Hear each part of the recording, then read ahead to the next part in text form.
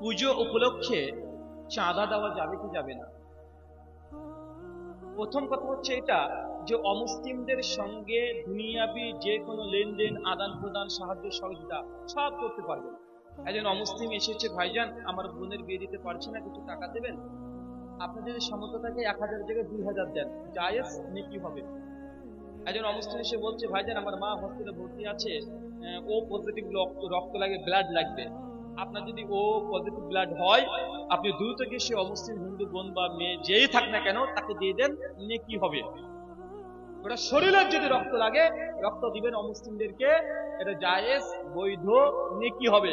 কিন্তু এসে কেউ যদি বলে যে ভাইজান আমাদের দুর্গাপূজা, কালী পূজা, লক্ষ্মী, সরস্বতী, জগদ্ধাত্রী, শিব, গণেশ যে কোনো পুজোর জন্য 1 টাকা চাঁদা দেন, জায়েজ নয়, হারাম। হারাম নয়, শিরক। কি বললাম? শিরক। মিশকাত হাদিস নম্বর 61, আল্লাহ নবী বলেছেন আকুতিল দাওয়া হুরিতা, যদিও তোমাকে হত্যা করা হয়, আগুনে দাও দাও করে জ্বালিয়ে করে ছারখার করে দেওয়া হয়, লা তুশরিকুল্লাহ, তুমি তারপর আল্লাহর সাথে শিরক করো না। যখন পুজোতে চাঁদা দিচ্ছেন তখন কি করলেন? শরীক হয়ে গেলেন। ইমাম আহমেদ ইবনে হাম্বলের কিতাব জুহুদে সালমান ফারসি থেকে একটা রিওয়ায়াত আছে, সহিহ সনদে মারফু সূত্রে যেটা এসেছে সেটা দুর্বল, কিন্তু সালমান ফারসির মাওকুফ হিসেবে হাদিস সহিহ।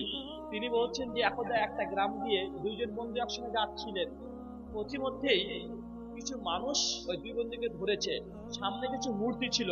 দুই বন্ধুকে তখন তারা বলল যে মূর্তির উদ্দেশ্যে, আমাদের দেবতাদের উদ্দেশ্যে কিছু দান করো। দুই বন্ধুর মধ্যে বলছে যে আমাদের কাছে কিছু নেই। সঙ্গে সঙ্গে তারা বলছে কিছু দিয়ে যা, নয়তো তোকে হত্যা করা হবে।